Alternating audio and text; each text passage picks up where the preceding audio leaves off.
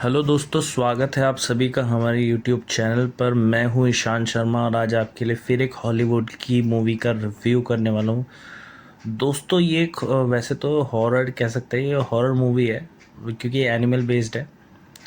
और दोस्तों अगर आप 90s के किड्स हैं या 90s में ये मूवी बनी थी 1999 में। तो दोस्तों 90s में अगर पैदा हुए हैं आपने ये मूवी ज़रूर टीवी पर देखी होगी या कहीं इसके बारे में सुना होगा। इसकी क्लिपिंग वगैरह तो नहीं देखी होगी, इतना मैं श्योर हूँ क्योंकि ये पुरानी मूवी है थोड़ी सी। हाँ, पहले ये के टाइम में ये टीवी पर बहुत आती थी। अब दोस्तों मैंने इस मूवी को कई बार देखा है, पर देखने के बाद ऐसा कभी नहीं लगता कि मैं इस मूवी से बोर हो रहा हूँ। और मैंने हॉलीवुड में जानवरों पे बेस्ड बहुत सी मूवी देखी है, बट इस वाली मूवी का अंडर वाटर कंसेप्ट इस तरह से मुझे भाया था कि मैंने इस मूवी को बेस्ट मूवी में डाला था। क्योंकि एनिमल बेसिस हम मूवी देखना चाहते हैं, नेचर से रिलेटेड, पानी से रिलेटेड, इस तरह की मूवी या जंगलों से रिलेटेड हमें बहुत पसंद आती है दोस्तों। और बात करता हूँ मूवी की, तो इस मूवी ने अलग के अलग ही रिकॉर्ड बनाए थे बहुत सारे। इस ये एक अलग बात है कि इस मूवी का आज तक कोई सेकंड पार्ट नहीं बना, बट फर्स्ट पार्ट ने तो काफ़ी धमाल मचाया था। इस मूवी का नाम है डीप ब्लू सी। दोस्तों 1999 में ये रिलीज़ हुई मूवी, काफ़ी कमाल की मूवी है। और सच बात बताऊं आपको तो मुझे ये मूवी पर्सनली तो बहुत अच्छी लगी थी। अब इसकी कहानी के बारे में थोड़ा सा बात करेंगे। दोस्तों मूवी की जो कहानी है कुछ इस तरह से सेट की गई है। एक बीमारी होती है दोस्तों, अल्जाइमर नाम की ये बीमारी दिखाई गई है इस मूवी में। और जो मेन लीड में एक्ट्रेस है इसका नाम है सूजन, डॉक्टर सूजन। तो इसका जो पिता है वो इस बीमारी से ग्रसित होते हुए, और इसने अपने पिता को मरते हुए देखा था और वो चीज़ें भूल जाया करता था। अब दोस्तों इसने एक संकल्प ले रखा है कि इसको एक दवाई बनानी है जो कि शार्क के दिमाग से केमिकल डाल के उससे एक दवाई बनानी है इसको। और एक दवाई इस तरह की प्रोडक्शन करना है उस दवाई का कि उससे अल्जाइमर मरीज़ का रोगी जो है ठीक हो जाए।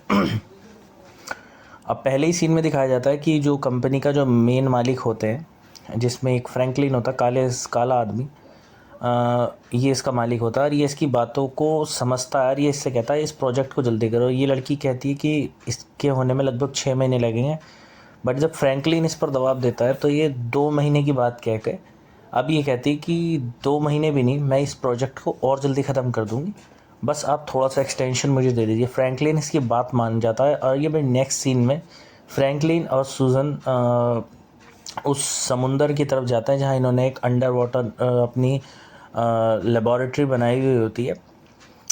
तो दोस्तों अब इस काले आदमी का जो इसका बॉस है फ्रैंकलिन, इसका भी एक किस्सा होता है। एक समय ये पहाड़ में फंस गया था, जो कि मूवी में दिखाया नहीं गया, सिर्फ उसका यूज़ किया गया बोलकर।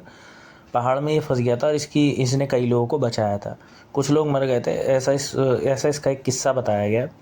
हाँ तो दोस्तों अब आगे की बात करते हैं। ये जैसे ही अपनी उस पर पहुंचते हैं साइट पर, समुंदर के बीचों बीच इनकी लेबॉरेटरी होती है जो कि अंडर वाटर भी बनी होती है। वहाँ पर जैसे ही लैंड करते हैं, अब डॉक्टर सूजन कहती है कि अब वो अपनी एक असिस्टेंट होती है जिसका नाम होता है जेनिस। अब वो जेनिस से कहती है कि फ्रैंकलिन को ये पूरा टापू घुमाओ अच्छे से और इन्हें दिखाओ हमारे काम के बारे में। दोस्तों डॉक्टर सूजन इतना कहकर जा ही रही होती है कि फ्रैंकलिन एक मछली को पानी में देखता है, बहुत बड़ी मछली को, और वहाँ पर एक आदमी होता है। और दोस्तों इस आदमी का नाम होता है कार्टर। अब ये इसे लगता है कि ये इस आदमी को खा जाएगी, बट ये आदमी एक एक्सपर्ट है जो कि इस मूवी का हीरो है। वो इस शार्क को ऐसे हैंडल करता है जैसे किसी खिलौने से खेल रहा हो। दोस्तों इस मूवी का फर्स्ट सीन भी जो दिखाया गया था, उसी में स्टार्टिंग में एक सीन दिखाया गया था, 4 लोग पार्टी कर रहे होते हैं जिन पे शार्क हमला करती है। उनसे यही हीरो जो कार्टर है ये उन 4 लोगों को बचाता है और वहीं से ही शार्क पकड़ कर लेकर आता है। अब दोस्तों इसका एक हुनर है, इसको शार्कों को हैंडल करना आता है और अंडर वाटर डाइविंग का ये एक्सपर्ट है। तो अब फ्रैंकलिन इससे देखता है और इससे काफ़ी प्रभावित होता है और कार्टर भी इससे मिलकर खुश होता है। दोस्तों नेक्स्ट सीन में डॉक्टर सूजन और एक इसका दोस्त एक दूसरा डॉक्टर होता है जिसका नाम होता है डॉक्टर जिम। अब जिम का ये होता है, जिम इससे मना करता है कि हम इस प्रोजेक्ट को इतना जल्दी नहीं कर सकते। तो सूजन उस पर दबाव देती कि हमारे पास टाइम नहीं है, हमें ये करना ही होगा। दोस्तों ये लोग इस तरह का एक्सपेरिमेंट कर रहे होते हैं कि ये मछली के दिमाग को 5 गुना बढ़ा देते हैं। अब 5 गुना बढ़ाने का मतलब ये होता है उनके दिमाग में केमिकल होता है जो प्रोड्यूस होता है, ये उन्हें चाहिए। तो अब होता ये है कि मछलियाँ हद से ज़्यादा समझदार हो जाती हैं, वही इस मूवी का कंसेप्ट है। आगे ये मूवी बढ़ती है तो डॉक्टर सूजन का बर्थडे होता है रात में, और कार्टर उसको बताता है कि मछलियाँ किस तरह से हमला करी, क्योंकि कार्टर एक दिन जब अंडर वाटर जाता है तो वो मछलियों को काफ़ी अग्रेसिव देखता है और वो इसकी जानकारी सूजन को देता है। सूजन उससे कहती है कि तुम अपने काम से काम रखो। इस तरह से दोनों में झगड़ा हो जाता है। अब दोस्तों नेक्स्ट सीन जो आता है, अब ये अपना मेन एक्सपेरिमेंट करना चाहते हैं। कार्टर जैसे ही अंडर वाटर डाइविंग करता है दोस्तों, ये जैसी पानी के अंदर जाता है, ये मछलियाँ जो हैं इसकी बंदूक को देखते ही पहचान जाती हैं, जो कि ये डॉक्टर भी देखकर सरप्राइज़ होते हैं। उनको लगता है कि ये सब इम्पॉसिबल है, कि मछलियाँ हद से ज़्यादा समझदार लग रही होती हैं। बट कार्टर अब जैसे तैसे भी इस मछली को पकड़ ही लेता है, क्योंकि ये एक्सपर्ट होता है। अब ये जैसे ही अंडर वाटर के अंदर से इस मछली को अपने साथ लेकर आता है, तो होता दोस्तों ये है कि अब डॉक्टर सूजन इससे बहुत खुश होती है, बट वो अपनी खुशी को इस तरह से एक्सप्रेस नहीं करती, क्योंकि वो अंदर ही अंदर इसे चाहती भी है और कार्टर भी उसको काफ़ी पसंद करता है। अब दोस्तों ये लोग एक्सपेरिमेंट करते हैं और ये दवाई निकाल लेते हैं उस शार्क के दिमाग से।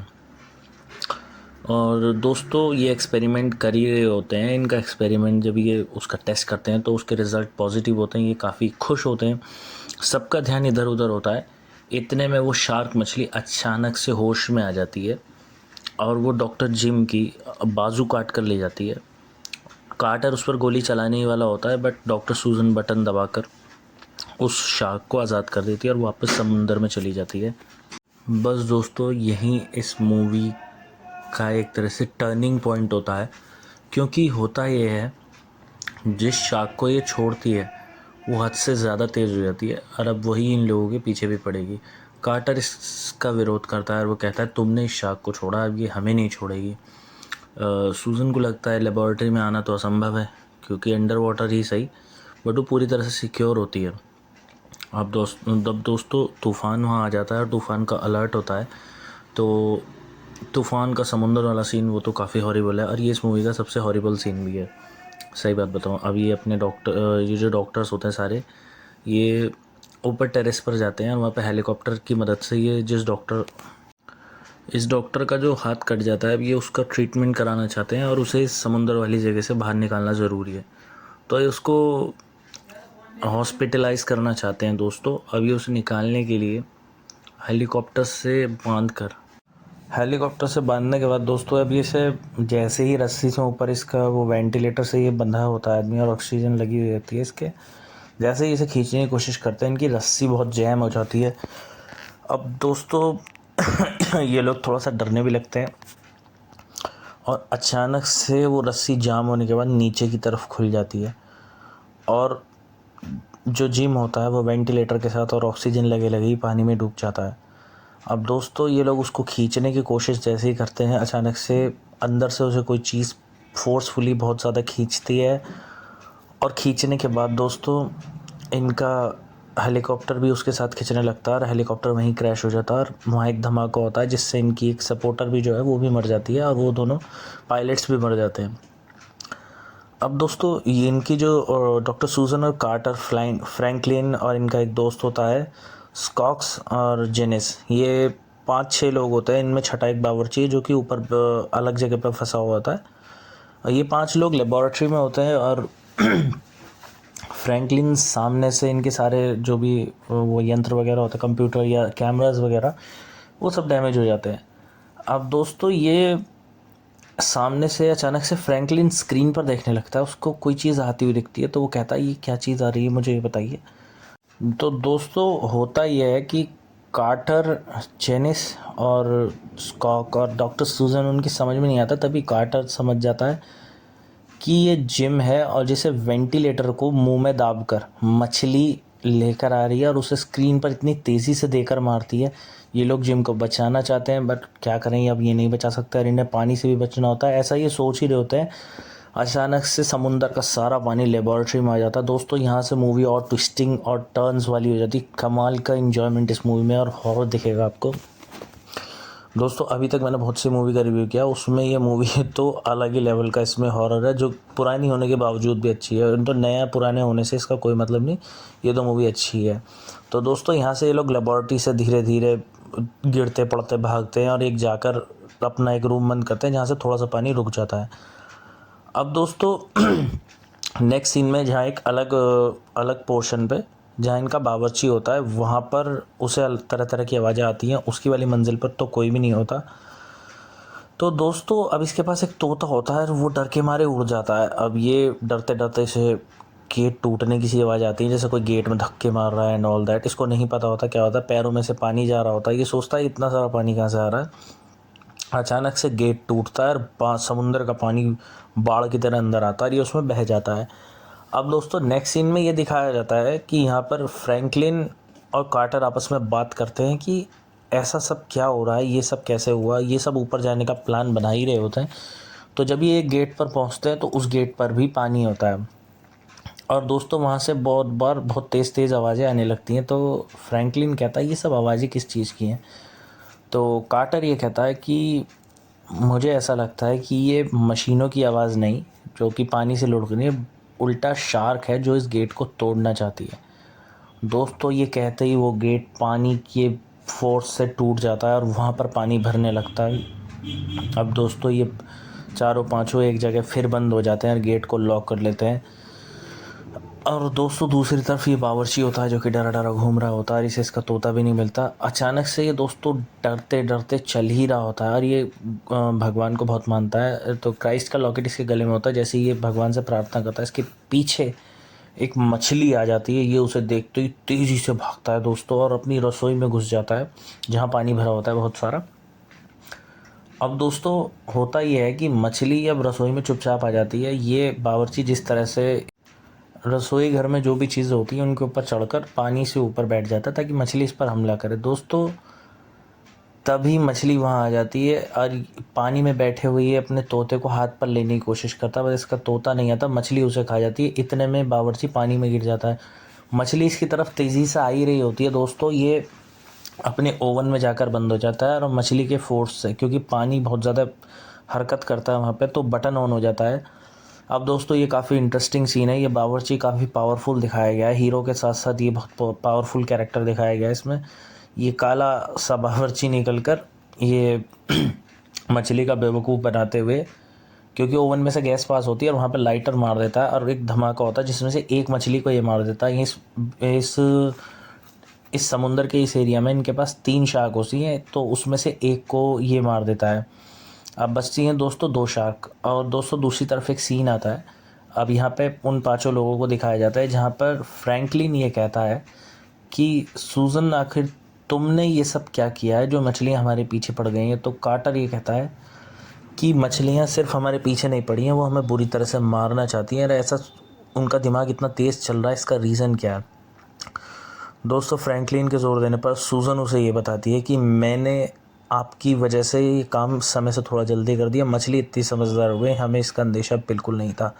दोस्तों ये लोग पछतावा कर ही रहे होते हैं। इतने में कार्टर कहता है अब चलो यहाँ से, यहाँ रोने का कोई फ़ायदा नहीं। दोस्तों ये लोग नीचे एक जगह पर पहुँचते हैं जहाँ पर ये लोग सोचते हैं कि अब इन्हें तैर कर यहाँ से बाहर निकलना होगा। तभी इनके बीच में जद्दोजहद चल ही रही होती है। अब फ्रैंकलिन एक पूल के पास खड़ा होता है।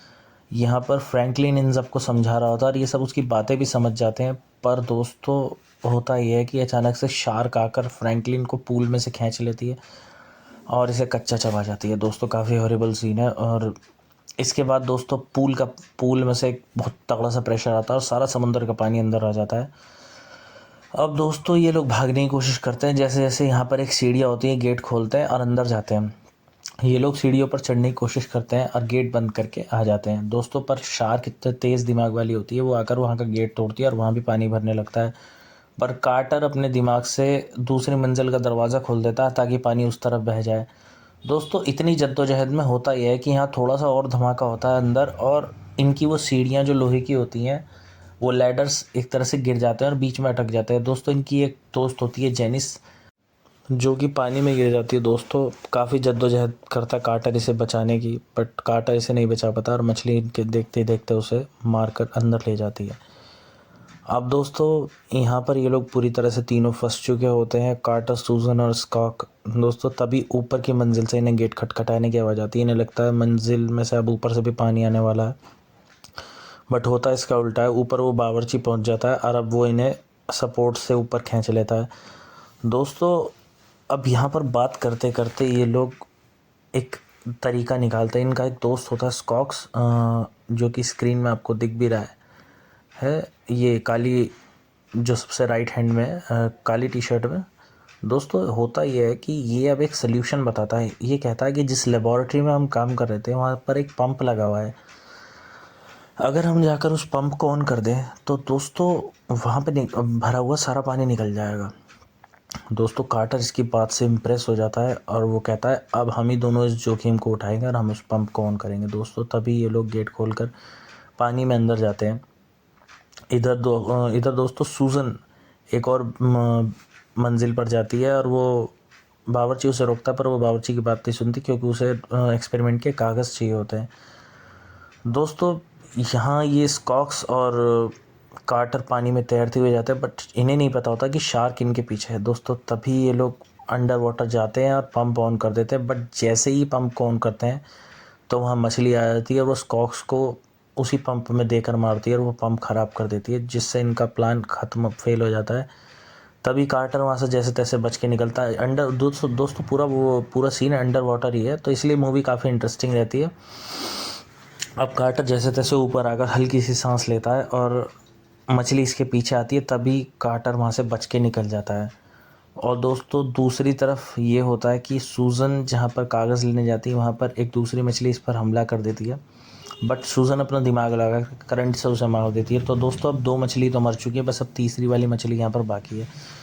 तो दोस्तों अब ये जो होता है प्रीच, जो कि इनका शेफ़ है, बावर्ची, और कार्टर और सूजन 3 लोग बचते हैं। और अब कार्टर कहता है यहाँ से निकलने का कोई और तरीका नहीं, यहाँ से तो सिर्फ हम तैर कर ही बाहर निकल सकते हैं। अगर यहाँ रहना चाहते हो तो मरोगे, अदरवाइज़ यहाँ से तैर कर ही बाहर जाना होगा। दोस्तों ये लोग डरते हैं, पर जैसे तैसे ये दिमाग लगाकर ऊपर की तरफ कोई 60-70 फुट तैर कर जाते हैं। दोस्तों वो सीन काफ़ी इंटरेस्टिंग है। दोस्तों जब आप ये वाला सीन देखेंगे तो इन्हें ऊपर जाते देखकर, समुंदर में जब ये तैरते हैं और ऊपर तक सतह तक जाने में इन्हें जिस तरह की जद्दोजहद लगती है और पीछे इनके शार्क भी लगी हुई है, दोस्तों देखकर आपको भी उतना ही डर फील होगा। I am sure, guaranteed.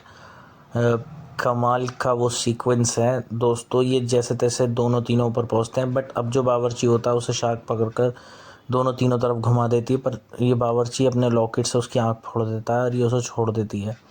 दोस्तों अब कार्टर और सूजन इसे लेकर इसकी दवाई पट्टी कर देता है और ये बेहोश रहता है। दोस्तों कार्टर और सूजन अब बात करते हैं कि इस मछली को मारना ज़रूरी है, वरना ये बहुत तबाही मचा सकती है। तो दोस्तों अब सूजन को अपने किए पर पछतावा हो रहा होता है। वो कहती है कि अब मैं ही इस मछली को करीब लाऊंगी, इनके पास कोई चारा नहीं होता, इसलिए मछली को रिझाने के लिए ये उस समुंदर में कूद जाती है जहाँ से अब मछली बाहर निकलना चाहती है, क्योंकि चारों तरफ से जालियों से कैद उस जगह को मछली तोड़ने की कोशिश कर रही है ताकि वो खुले आज़ाद समुंदर में घूम सके। अब दोस्तों होता यह है कि सूजन पानी में कूद जाती है और कार्टर कहता है नहीं नहीं, बट जैसी मछली इसके पास आती है कार्टर भी इसे बचाने के लिए कूद जाता है, बट कार्टर के देखते देखते ही मछली इसको भी खा जाती है। अब बचता है कार्टर, जो कि दोस्तों एक ट्रेनर है और शुरू से शार्क्स को ट्रेनिंग देना और उन्हें कंट्रोल करना ये उसे बहुत अच्छे से आता है। तो दोस्तों यहाँ पर अब कार्टर जो है इस शार्क के ऊपर बैठ जाता है ट्रिक से, और शार्क इसे अंडर वाटर बहुत गहराई में ले जाती है और वो जालियों में जाकर टक्कर मारती है दोस्तों। बट अब ये जो बावर्ची है ये खड़ा होकर आता है और कार्टर जैसे ही सतह पर आता है मछली के साथ ही, वो मछली के पंख पर होता है, वो कहता है तुम तीर चलाओ और करंट से इसे ब्लास्ट करो, जिसका तार उसके पास होता है। तो दोस्तों बावर्ची निशाना लगाता है, बट मछली के पंख के पार होकर ये कार्टर के पैर में घुस जाता है। कार्टर कहता है उड़ाओ इसे। तो दोस्तों यहाँ पर अब बावर्ची तार को लगा देता है, तभी मछली ब्लास्ट हो जाती है। दोस्तों बावर्ची को लगता है कि कार्टर मर गया, बट ऐसा नहीं होता, कार्टर तभी बाहर आ जाता है और बच जाता है। दोस्तों ये लोग बैठे होते हैं वहाँ पर और इन्जॉय क्या, एक तरह से खुशी मना रहे होते हैं कि शार्क तो मर गई, बट अब यहाँ से निकलेंगे कैसे, क्योंकि इनके पास मदद बुलाने के लिए कुछ नहीं होता। तभी दोस्तों मदद आ जाती है और इस मूवी का एंड हो जाता है। दोस्तों बात करूँ इस मूवी की, काफ़ी अच्छी कहानी, काफ़ी अच्छा कॉन्सेप्ट, और बात करूँ रेटिंग्स की तो मैं तो इसे 5 में से 5 स्टार दूंगा। जिस किसी ने भी इस मूवी को नहीं देखा हो वो इस मूवी को एक बार जाकर ज़रूर देखना। दोस्तों ऐसी मूवी मैंने बहुत, ये 1999 में जब ये मूवी बनी थी तो मैं ये सोचता था यार ये मूवी कैसे बना सकते हैं, बॉलीवुड आज भी इस मूवी की शायद कॉपी भी ना बना पाए। मुझे याद है जब बॉलीवुड वालों ने एक ब्लू मूवी बनाई थी अक्षय कुमार वाली, तो यहाँ 120 करोड़ रुपए लग गए थे बस एक अंडर वाटर सीन शूट करने में। और दोस्तों इन्होंने जिस तरह की मूवी बनाई है, कमाल का एक्सपेरिमेंट था, पैसा भी था दोस्तों, जो कि हॉलीवुड पे हमेशा ही रहता है। और मूवी काफ़ी यार हॉरिबल भी है, और इस तरह का जब रात में जो सीक्वेंस दर्शाए गए हैं, या पानी अंडर वाटर, तो कोई भी मूवी हो वो अगर अंडर वाटर कॉन्सेप्ट पे बनी हुई है आपको अच्छी ही लगेगी, और समुंदर में वो भी, तो बहुत बढ़िया कॉन्सेप्ट रहता है। तो दोस्तों यहाँ पर ना अब इस मूवी में कोई भी वीक पॉइंट है ही नहीं जिसके बारे में बात करूँ। कैरेक्टराइजेशन कमाल की है, जो मेन एक्टर्स हैं वो भी काफ़ी कमाल के हैं, और इसमें बैकग्राउंड म्यूज़िक जो है दोस्तों वो इस मूवी की जान है। अब आप कहेंगे कि बैकग्राउंड म्यूज़िक का मैं इतना ज़िक्र क्यों कर रहा हूँ। दोस्तों बैकग्राउंड म्यूज़िक का जिक्र करने का जो मेन रीज़न है वो इसलिए है क्योंकि जब जब मछली की एंट्री होती है वो बैकग्राउंड म्यूज़िक आपके दिमाग में एक फ़ियर सा लाएगा। इतना फ़ियर शायद आपको भूत को देख कर नहीं होगा जितना इस मछली को देख कर हो जाएगा। एंड आई एम गारंटीड कि ये मूवी आप लोग, जिस किसी ने भी नहीं देखी, जिसने देखी होगी वो मेरे रिव्यू को बिल्कुल ठीक बताएगा, और जिस किसी ने भी ये मूवी नहीं देखी तो दोस्तों सबसे पहले जाना और इस मूवी का ट्रेलर यूट्यूब पर देख लेना। आप ट्रेलर क्लिपिंग जो भी मन करे आप यूट्यूब पर जाकर एक बार देख लेना। और उसके बाद दोस्तों बात करते हैं अब इस मूवी की, तो मूवी तो चारों तरफ से ही हर एंगल से बेस्ट है, और मूवी के सब एक्टर्स भी कमाल के हैं। और मछली का सीक्वेंस इस तरह से शूट वूट किया गया तो हॉरर एलिमेंट कमाल का है। तो इस मूवी में कोई भी वीक पॉइंट तो है ही नहीं, जैसे कि मैं पहले भी कह चुका हूँ। अब दोस्तों बात करें तो इस मूवी के रिलीज़ के ईयर की, क्योंकि 1999 में रिलीज़ हुई है। 1999 थोड़ा ऐसा लगता है कि आदमी कितने समय पुरानी फ़िल्म देख रहा है, बट ये मूवी कुछ उसी तरह का इफ़ेक्ट डालती है जैसे कि द एग्जॉर्सिस्ट जो मूवी आई थी वो आई थिंक 70s में आई थी, बट आज तक उस मूवी के हॉरर सीन्स को आज तक कॉपी किया जा रहा है। तो ऐसा नहीं है कोई मूवी अगर पुरानी है तो उसका जो एक एरा होता है कि एक वो होता है कि एक टोन होती है उस मूवी की, या कुछ ऐसा कुछ एलिमेंट होता है जो आज तक कॉपी किया जा रहा है, इसका मतलब वो मास्टरपीस होगा। तो जैसे एग्जॉर्सिस्ट एक मास्टरपीस है और उसी के ऊपर आज तक मूवी बन रही है, उसके ही सीन्स को रिक्रिएट किया जा रहा है, तो इसी तरह की ये भी मूवी है। और जिस तरह की हॉलीवुड में डायनासोर्स और किंग कॉन्ग वगैरह पे मूवी बनी हुई है, वो ये मूवी उन मूवीज़ को थोड़ा पीछे छोड़ देगी, क्योंकि इस मूवी पे पता नहीं क्यों, मुझे नहीं पता, इस मूवी पे आज तक इतनी बात नहीं होती है। दोस्तों कमाल की मूवी है। और आपने जो गॉडजिला या जुरासिक पार्क जैसी मूवी देखी या किंग कॉन्ग जैसी मूवी देखी, उसमें कुछ अलग निकाल कर लाए। और हॉलीवुड में तो और भी मूवी बन चुकी हैं, जैसे बैट्स बन चुकी है, और भी बहुत सी इस तरह की मूवी हैं। जैसे एक मैंने मूवी देखी थी उसमें कुछ आंट वांट का कैरेक्टर ले रखा था कि आंट को ही उसमें वो बना दिया दानव सा। इतना ज़्यादा साइंस फिक्शन भी बुरा लगता है, और इमेजिनरी कैरेक्टर्स की भी एक लिमिट होती है कि हाँ यार हॉलीवुड वाले भी कुछ के कुछ दिखाए चले जा रहे हैं, बट पेले पे पेले चले जा रहे हैं कुछ के कुछ, बट ऐसी मूवी देखने में मज़ा नहीं आता।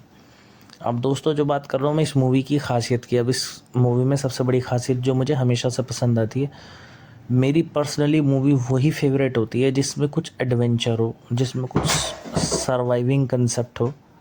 कि आदमी को अब होता ही है कि लोग सर्वाइवर मूवी डाल देते हैं या ऐसी वैसी सर्वाइव, लेकिन उसमें बोरियत बहुत होती है।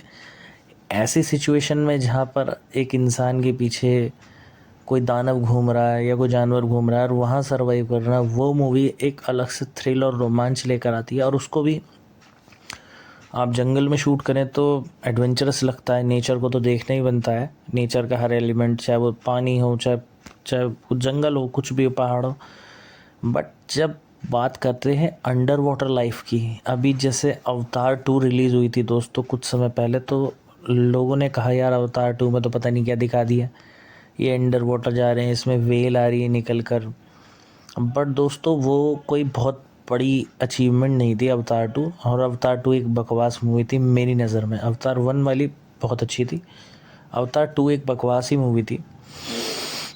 और अंडर वाटर कंसेप्ट अगर आप चाहें तो एक तरफ आप पैसों से बनी हुई अवतार 2 को देखिएगा, दूसरी तरफ आप इस मूवी को देखिएगा जिसमें ना कोई अवतार है ना कोई बहुत ज़्यादा पैसा, वो भी उस समय की बनी हुई।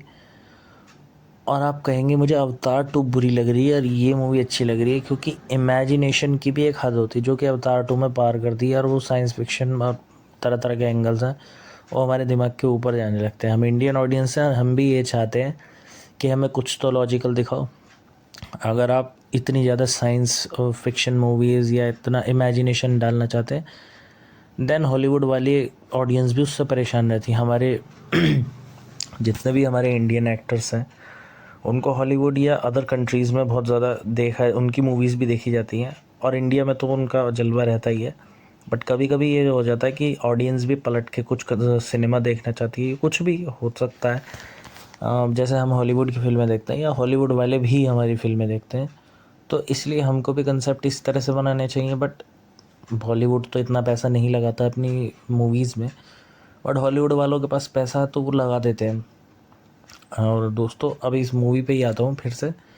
मूवी में कोई भी नेगेटिव पॉइंट नहीं है, और सबसे बड़ी बात इसमें कोई भी वल्गर, और जैसा कि मैं अपनी हर वीडियो में अपील करता हूँ या मैं एक बात बार बार रिपीट करता हूँ कि इसमें कोई भी वल्गर और अडल्ट सीन नहीं है। और अगर आप चाहें तो बच्चों को भी दिखा सकते हैं, क्योंकि बच्चे इस तरह की मूवी से थोड़ा एडवेंचरस हो जाते हैं, और मछली वछली का कंसेप्ट उन्हें बहुत पसंद आता है। अगर आपने मूवी नहीं देखी हो तो ये मूवी ज़रूर देखना, और वीडियो अच्छी लगी हो तो वीडियो को लाइक एंड शेयर करना, चैनल को सब्सक्राइब करना, चैनल को इसी तरह प्रमोट करो। और मैं तो ये चाहता हूँ कि मैं अपने हर व्यूअर्स के काम आऊँ, हर व्यूअर का मैं प्रमोशन भी करूँ, उनका नाम भी लूँ। आप कमेंट्स के थ्रू मुझसे कनेक्टेड रहिए। कमेंट्स में आपको अगर रिव्यू पसंद नहीं आ रहा है या रिव्यू में कोई वीकनेस है तो वो बता सकते हैं, यार अच्छा लग रहा तो भी बता दीजिए, ऐसी कोई बात नहीं है। और अगर मुझे किसी का कमेंट अच्छा लगता है तो मैं हाँ अपनी वीडियो में उसका नाम ज़रूर मेंशन करता हूँ एक बार तो। और दोस्तों होता यह है कि अब इस तरह की मूवीज़ का जो पहले होता था कि हाँ यार एक चलन होता था, अब वो ख़त्म हो गया हॉलीवुड में, और वो साइंस फिक्शन पे ज़्यादा आ गए। वही हॉलीवुड, वही Spiderman, Superman and king Kong versus Godzilla जैसी एक मूवी आई थी दोस्तों, वो एक बकवास मूवी थी, और उससे सिर्फ बच्चे खुश हो सकते हैं, बड़ी ऑडियंस नहीं। जो मैच्योर ऑडियंस है या यूथ है वो उस तरह की मूवी को कभी भी नहीं देखेगा। और जिस तरह की ये मूवी है, ये एक अलग लेवल की मूवी है, आप इस मूवी को ज़रूर देखना। तो दोस्तों आज की मेरी वीडियो को यहीं समाप्त करता हूँ, और अगर आपको अच्छी लगी है तो प्लीज़ वीडियो को लाइक एंड शेयर करते ही रहिए। और अब मिलते हैं मेरी नेक्स्ट वीडियो में, तब तक के लिए दोस्तों जय हिंद।